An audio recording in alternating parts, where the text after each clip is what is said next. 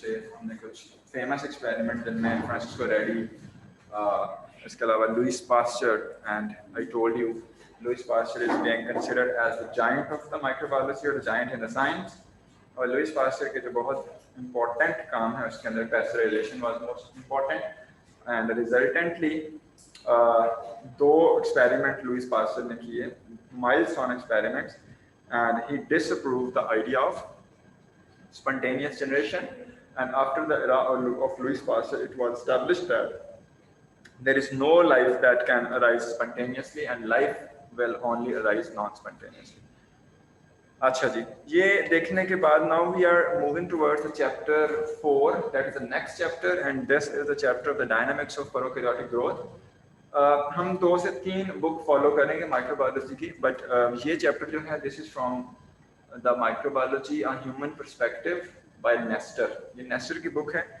I can provide you the book, but अभी तक शायद मैंने ये चैप्टर ही अपलोड किया गूगल ड्राइव पे, उसका लिंक आपके मूडल पे मैंने दे दिया है, you can download the chapter from here. For exam point of view and for the quiz point of view we will focus on chapter. Slides से हम नहीं करेंगे preparation, slides are just there for you guys, for me to understand हमने कौन से points discuss किए हैं. So coming next towards the dynamics of prokaryotic growth, and in this chapter we will be discussing about the prokaryotic growth and how microorganisms are growing and microorganisms are habitating into variant habitats. जिसके अंदर you know that microorganisms are present everywhere in the air, in the soil, and aquatic environment. Microorganisms are present in the harsh conditions as well as in the normal conditions. और फिर थोड़ा सा देखेंगे कि why microorganisms are so successful in every environment, what is the logic behind their growth. तो इसकी बात करेंगे. So talking about the principles of prokaryotic growth, जब हम growth की बात करते हैं तो सबसे पहले कौन सी चीज आपके माइंड में आती है? What do you mean by the growth? For example, if I ask, मैं growth की बात कर रहा हूँ. Growth. What do you mean by increase in size? Increase in size. Ji? You are right. Okay, 2-3 points हमारे पास आए हैं कि increase in size, increase in number, movement from simplest form to the complicated form. जब हम eukaryotic की बात करते हैं, यूकैरियोटिक सेल्स की, लार्जर एनिमल्स की या प्लांट्स की, तो हम जनरली ग्रोथ रेफर करते हैं the increase in size. Increase in size. There was a child grow किया, increase in size. But when we talk about the growth in prokaryotes, we merely talk about the increase in number of cells. For example, initially if you have 10 cells, and after some time span, if these cells have been converted into 100 cells, this would be the growth of prokaryotic cells. We will not count their size of the cell, we will just count their increase in the number. इसके अलावा पिछली class में बात हुई थी generally कि how microorganisms used to divide. They divide with the process that is termed as the binary fission, and this is merely the process of asexual reproduction, in which one cell that is being converted into, for example, अगर एक cell था, that is being converted into 2 daughter cells, or your 2 daughter cells, and they are exactly similar with the parent cells with respect to their genetic makeup. So it is the binary fission. इसके अलावा एक बड़ी term इस्तेमाल होती है, the generation time. Are you familiar with it? Generation time. Generation, कभी word सुना है? Generation time. What is that? Generation time. Generation. मैं एक एग्जांपल देता हूँ. करें? क्या बात कर रही हैं?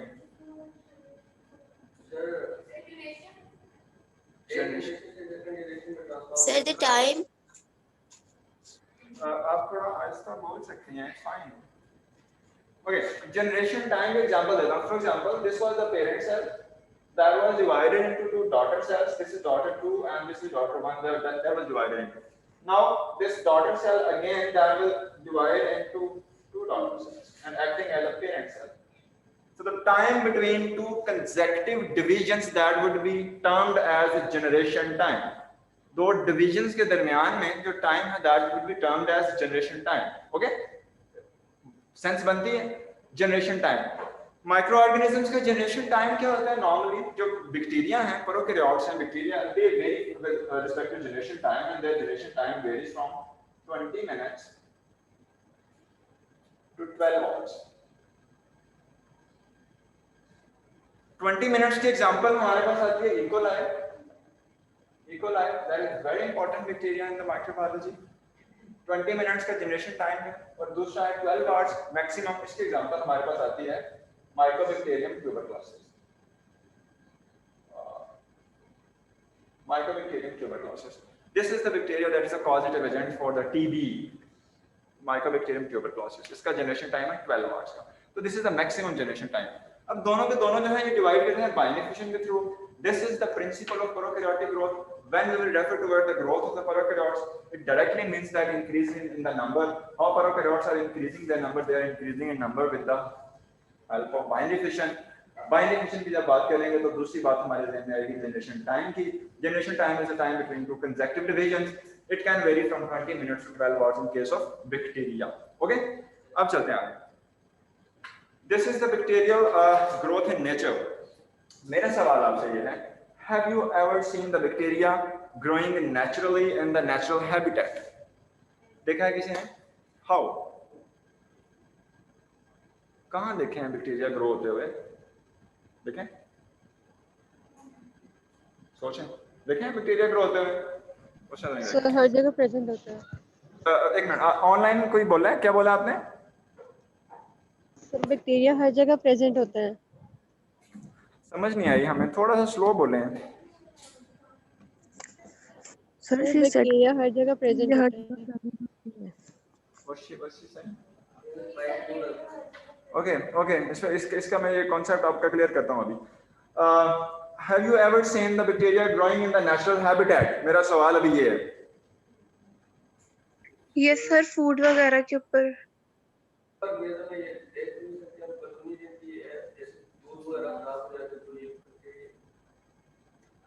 Okay, bacteria naturally grow in the form of the biofilms.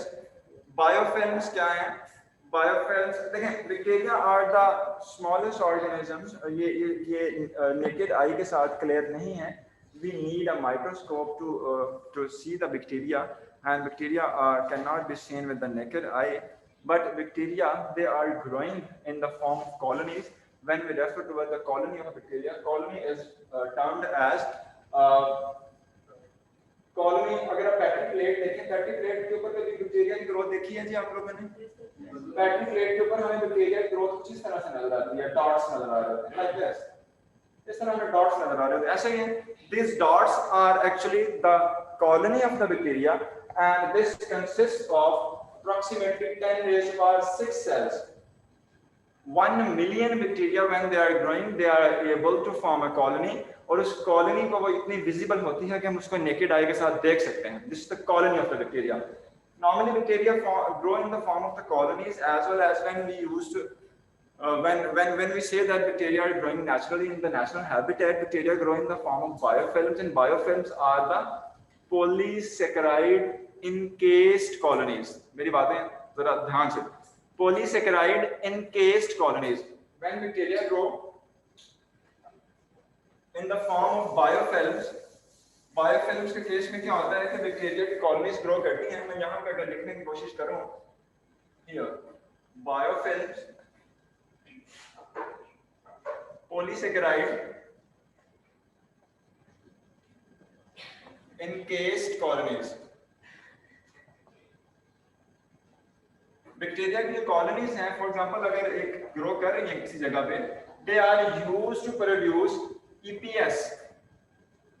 This is called exopolysaccharide.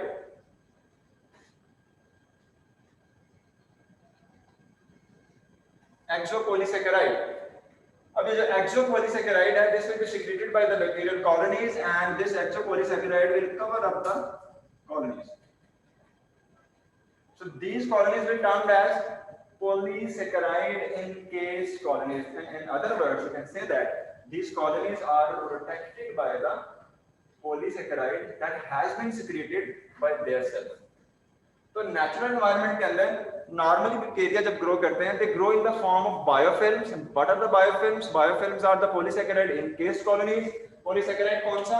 एक्सोपॉलीसैकेराइड. This is being secreted by the colony itself and this is protecting the colony from the harsh environment, harsh conditions of the environment. These conditions may include antibiotics, high temperature, or any other chemical exposure. So this is the biofilm. अब biofilm कहाँ पे देखी जा सकती है? Dental plaques.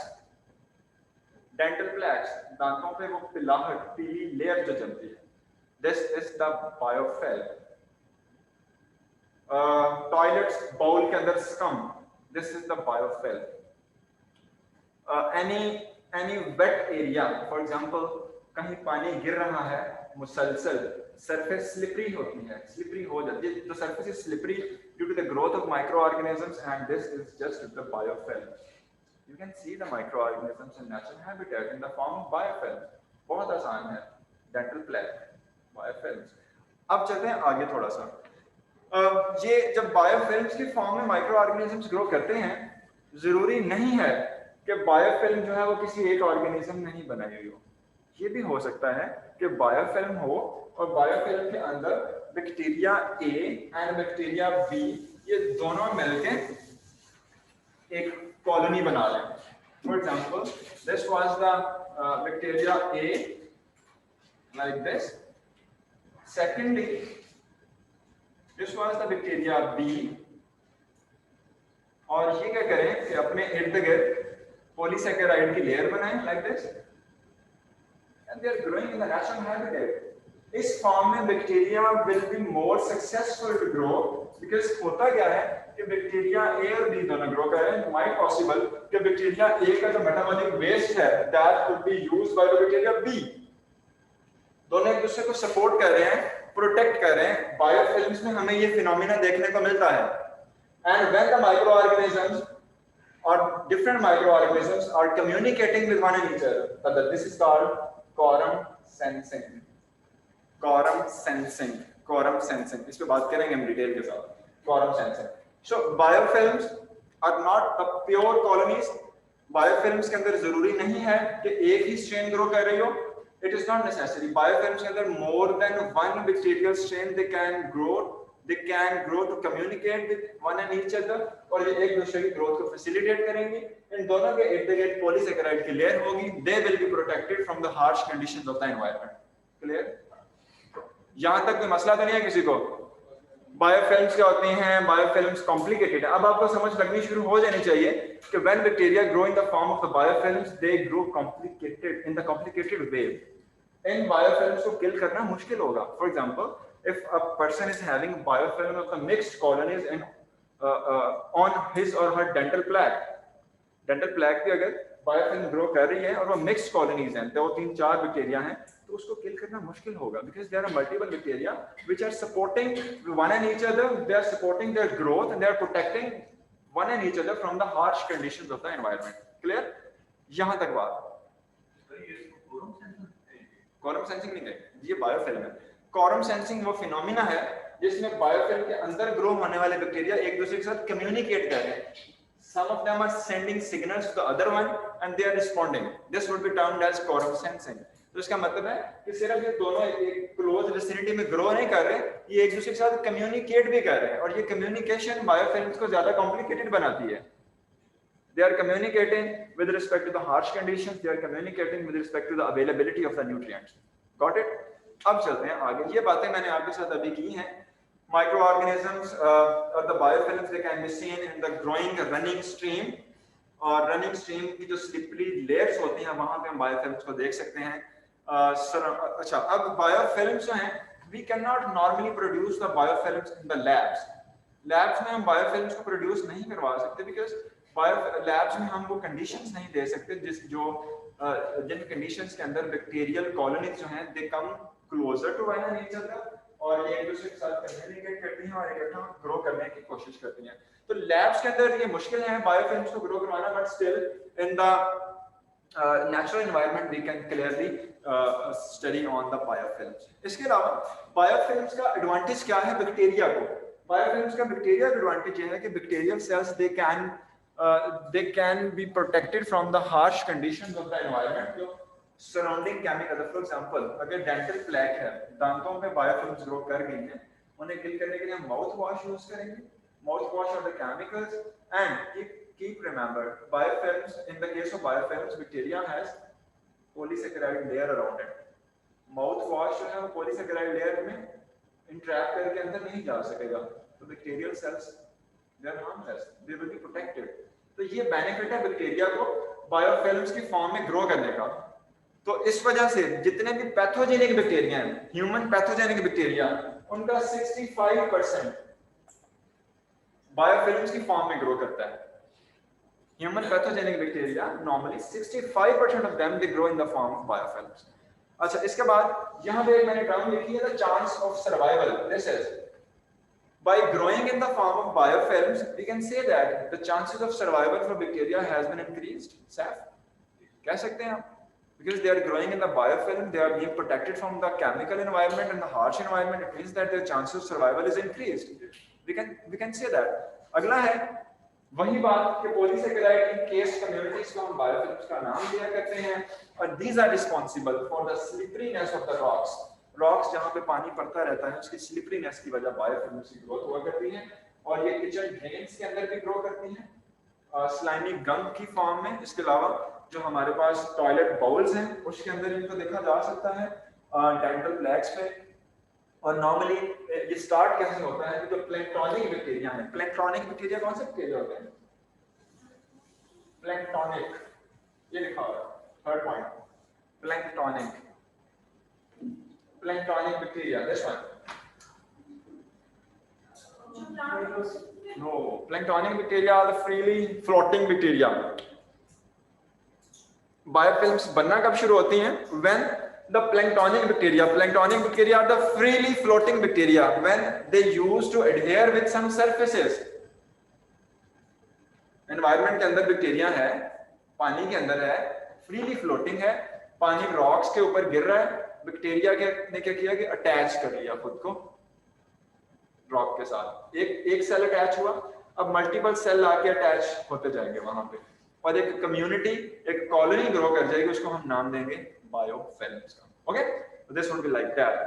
And then when bacteria will grow there they will communicate, इससे communicate करेंगे. और ये याद रखिएगा कि ये मैंने बड़ी सिंपल से बायोफिल्म बनाने की कोशिश की है. ये इतनी सिंपल नहीं हुआ करती, इसमें मल्टीपल लेयर्स हो सकती हैं. इसमें ये मैंने पहले 2 लेयर्स बनाई थी, मैं इसकी लेयर्स इंक्रीज अगर कर दूं इस तरह से, लाइक दिस, ये मल्टीपल लेयर्स हो सकती हैं. फिर मजे की बात ये है कि ये मल्टीपल लेयर्स हैं और ये एक दूसरे के साथ कम्युनिकेट करती हैं, इनके अंदर ओपन चैनल्स बन जाते हैं. जिस तरह, बिल्कुल उस तरह जिस तरह मल्टी सेलुलर ऑर्गेनिजम्स के अंदर ब्लड वेसल्स होती हैं कम्युनिकेशन के लिए, ये है तो unicellular but they are growing with one and each other, और इनकी ग्रोथ लेयर्स में ओपन चैनल्स बन गए हैं. फॉर एग्जांपल, अगर ये एक चैनल है, this one, this one, this one, these open channels are helpful in the movement of the nutrients from one layer to the other layer, for the removal of the waste material from one layer to the other layer. और in open channels की वजह से bacteria की जो growth है biofilms की form में, that is more successful. Got it? So they are very complicated, and when they are growing in the environment they may cause severe consequences. अच्छा, उसके अलावा अगर ये मैंने एग्जांपल बार-बार दे रहा हूं कि they grow in the form of biofilms on the dental layers, dental plaques की फॉर्म में, और इस फॉर्म में they are involve in the tooth decay. Tooth decay cause करते हैं एयर इन्फेक्शन. बहुत सारे एयर इन्फेक्शन जो हैं वो बायोफिल्म्स की ग्रोथ की वजह से होते हैं. मोस्ट इंपॉर्टेंट है सिस्टिक फाइब्रोसिस. सिस्टिक फाइब्रोसिस क्या है? यस, सिस्टिक फाइब्रोसिस के लिए एक रीजन जो है वो बैक्टीरियल इन्फेक्शन है, और इस केस में बैक्टीरिया जो है दे grow in the form of biofilms. और मैं ये स्टेटमेंट दे चुका हूं कि 65% of human bacterial infections they grow in the form of biofilms. So here, by keeping in view this statement, you may consider that it is difficult in multiple human infections to kill the bacteria because they grow in the form of biofilms. और biofilms जो है वो bacteria का chances of survival बढ़ा देता है, increase कर देता है। तो this is my point here. एक मिनट रहिएगा, यहाँ तक किसी को कोई मसला हो, कोई प्रॉब्लम हो कि the growth of microorganisms in the form of biofilms, इसके हमने नेगेटिव इम्पैक्ट ही पढ़े हैं अभी तक जो बात हमने की है कि this is responsible for 65% human infections and this can be involved in the tooth decay, ear infection, cystic fibrosis and some other issues। और इसके अलावा भी बहुत सारे ऐसे मल्टीपल स्टफ हैं जिसमें हम इसको नेगेटिवली कंसिडर कर सकते हैं। बच्चे आप खड़े हो, स्टैंड अप। पिछले 5 मिनट से देख रहा हूँ, stand up with all your belongings, come here। यहाँ पे आगे बैठे। I will not tolerate this attitude, come here।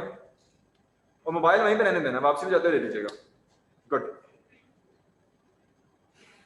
मुझे अभी नाम नहीं याद हुए आप लोगों के ना, तो नाम याद होगा तो मेरे लिए ज़्यादा आसान हो जाएगा। यहाँ पे जो मैं बात कर रहा हूँ आप नोट्स बनाएंगे अब अपने बैठ के, और बाकी लोग भी जिनके पास प्लीज लिखने के लिए नहीं है कि अगली क्लास में अपने साथ चीज़ें लेके आ कीजिए।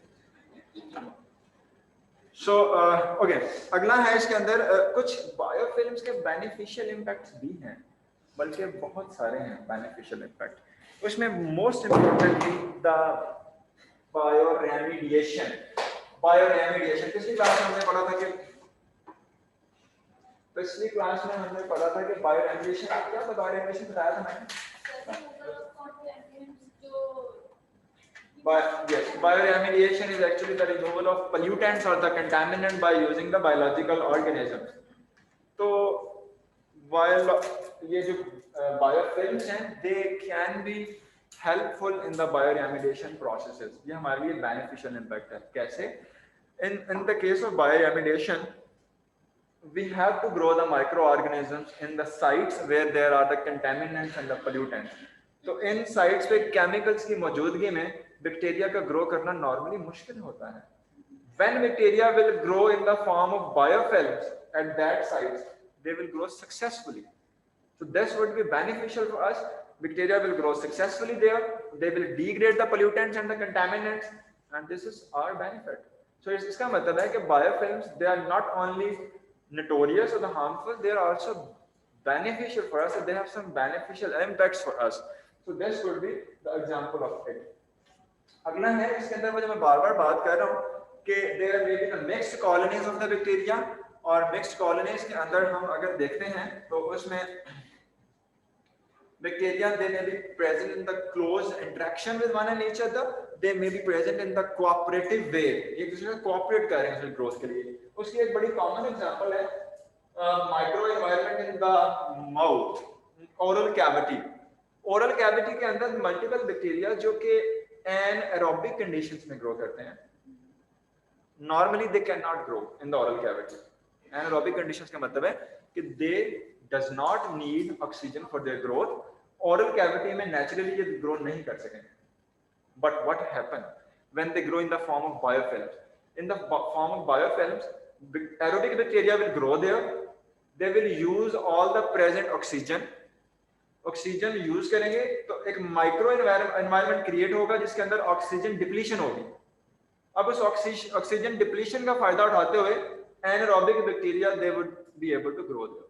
This is the one example that bacterial colonies, they are cooperating with one and each other। The cooperative interaction into the biofilms, bacterial colonies जो है वो ग्रो करेंगी, और ग्रो करने के साथ साथ एक कॉलोनी जो है वो दूसरी के लिए एनवायरनमेंट को साजगार बनाएगी। तो इसमें एरोबिक जो है they will use the available oxygen, they will create the micro environment in which oxygen will is in the depleted form, और उसके रिजल्ट में वो bacteria which are anaerobic, they may grow there।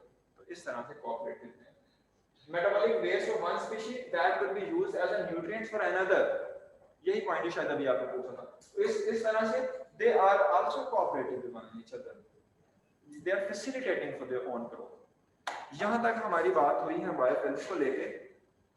किसी को कोई question करना हो, कोई बात समझ में ना आई हो, स्टोरी बिल्ड ना हुई हो, if there is any question in the mind, any relevant or irrelevant question, you may ask without any hesitation, but when I will ask, you have to answer। इसकी कुछ एग्जांपल्स हैं, हम discuss करेंगे इसी chapter में। इसकी कुछ examples हैं हमारे पास। अच्छा जी, एक और बात, एक आप लोगों के लिए क्वेश्चन है। अभी हमने बैक्टीरिया ग्रोथ की बात की, bacterial I said bacteria grow in the form of sorry with the help of binary fission, and binary fission के रिजल्ट में एक पेरेंट सेल जो है वो 2 में कन्वर्ट होता है. It means that I can say that bacteria grow exponentially मैं कह सकता हूँ कैसे. 1 दैट वाज इनटू 2, 2 4 में, 4 8 में, 8 16 में, 32 64. इस ग्रोथ को मैं एक्सपोनेंशियल ग्रोथ कह सकता हूँ. So bacteria grow exponentially or logarithmically. In other words, अगर मैं कहूँ 2 raised to power n, ऐसा हो सकता है? Okay? अब अगर आपके लिए क्वेश्चन है, लिखें अपने पास. अब क्वेश्चन लिखेंगे तो ऑनलाइन भी सारे कोशिश कीजिएगा कि खुद से सॉल्व करें, बिकॉज इस तरह के क्वेश्चन जो है वो आपको आने चाहिए. क्वेश्चन ये है कि पहले सीन सुन लें. बहुत बुरी बात है. You do not have anything to write. याद नहीं रहा है. नाश्ता किया सुबह? भाई इनको कोई पेज और पेंसिल दे दें प्लीज. सैफ है तुम्हारे पास कुछ लिखने लिखाने को एक्स्ट्रा? ये मेरे वाली मार्कर ले लो, मैं ये दे सकता हूँ. दे दें, मैं दे दें. गुड.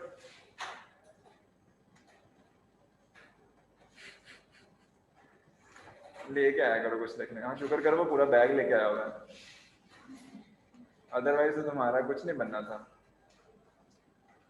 जल्दी जल्दी. गुड. अच्छा पहले सीन सुन लें, उसके बाद उसमें से क्वेश्चन बताता हूँ. हुआ ऐसा कि एक केस रिपोर्ट हुआ. उस केस में कुछ लोगों ने घर में पोटैटो सैलेड बनाया, एंड पोटैटो सैलेड बना के तो वहाँ पे उन्होंने कुछ काफ़ी सारा बनाया, कुछ इस्तेमाल कर लिया, खा लिया. फिर घर के कुछ अफराद चले गए पिकनिक पे. पिकनिक में वो पोटैटो सैलेड पड़ा रहा 4 घंटे तक, 4 hours. After 4 hours, when they consumed the potato salad, they got ill. बीमार हो. अब सवाल यहाँ पे ये है कि पोटैटो सैलेड तो वही है जो घर में भी किसी ने खाया तो बिल्कुल बीमार नहीं हुआ. जब 4 घंटे पिकनिक के बाद उन्होंने पोटैटो सैलेड इस्तेमाल किया तो फूड पॉइजनिंग हो गई. बाय एक सवाल. दूसरा, इसके अंदर कंडीशन ये है कि अगर आप एज्यूम करें कि जब घर में पोटैटो सैलेड खाया तो तब नंबर ऑफ बैक्टीरिया कम थे. They were initially very minute in number. For example अगर 10 थे, they were unable to cause any infection. 4 घंटे पोटैटो सैलेड पड़ा रहा, 4 घंटे में ये 10 बैक्टीरिया एक्सपोनेंशियली ग्रो हो गए. Now this is the handsome amount of bacteria, and now they are able to cause the infection. ये इसके पीछे लॉजिक है. अब अपनी सवाल ये है कि by assuming that if initially there were the 10 bacteria, generation time is 20 minutes. मुझे ये बताएं कि 4 घंटे के बाद कितने बैक्टीरिया करें जरा कैलकुलेट. We have 5 minutes. ये 2n मैंने लिख लिया, एक्सपोनेंशियल ग्रोथ मैंने लिख लिया, इनिशियल बैक्टीरिया मैंने लिख लिया 10, 20 मिनट्स जनरेशन टाइम और 4 hours.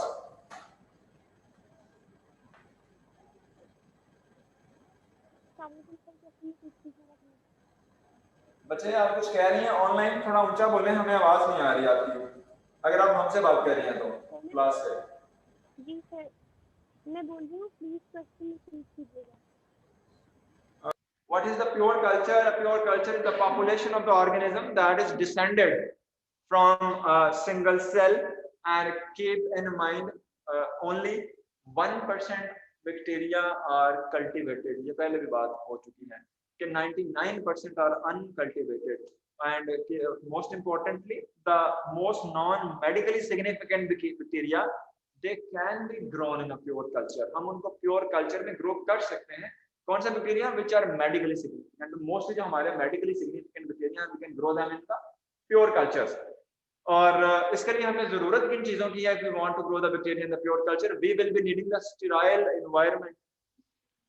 Sterile environment will include the sterile instrument, aseptic techniques, as well as the sterile culture medium. Culture medium क्या है?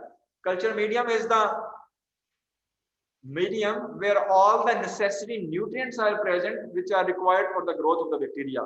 That would be termed as a culture medium. So we will be naming the culture medium. aseptic instrument, जो आप चीजें use कर रहे हैं, battery plate है, flask है, टेस्ट ट्यूब है, लूप है, anything that would be sterile, ताकि उसके अंदर environmental contamination आ जाए. आपका पर्पस क्या है? To obtain the pure culture. इसके साथ साथ aseptic techniques, आप जो टेक्निक्स यूज कर रहे हैं, they should be aseptic. ये aseptic techniques क्या होती है? sterile word, sterile क्या होता है, इसका क्या मानी है? और aseptic, what is that?